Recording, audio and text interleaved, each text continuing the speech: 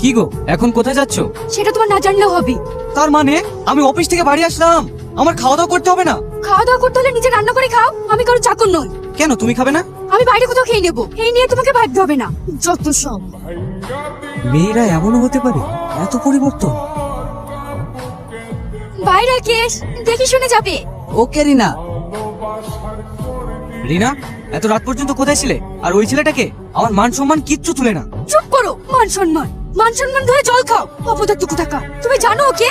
তোমার মতো 10,000 টাকা বেতন পায়, কর্মচারী নয়। ও Ramen Chowdhury, steel factory manager. Rakesh Haldar. ওর বেতন শুনলে তোমার চোখ আকাশে উঠে পড়বি। মাসে 1 লাখের উপরে। জীবনে তুমি স্বপ্নও দেখতে পারবে না।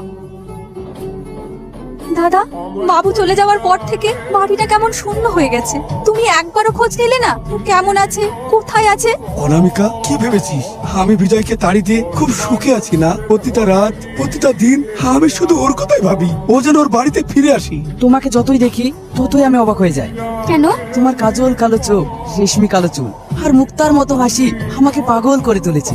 রাকেশ, তুমিও না? তোমার মতো একটা এত সুন্দর মেয়ে ওই গে ভূতের কাছে যে কি করে আসো সেটা ভাবলেই আমি অবাক হয়ে যাই। 4 মাসে 10,000 টাকা ইনকাম, ওই টাকাতে তো আমার চা খরচও হয় না। এই সামান্য টাকা রোজগার করে তোমাকে কেমন করে সুখী করবে ও? আমি ওর কাছে কোনোদিনই সুখী হতে পারবো না। কিন্তু না থেকে যাবোই বা কোথায়? যদি বলি আমার কাছে।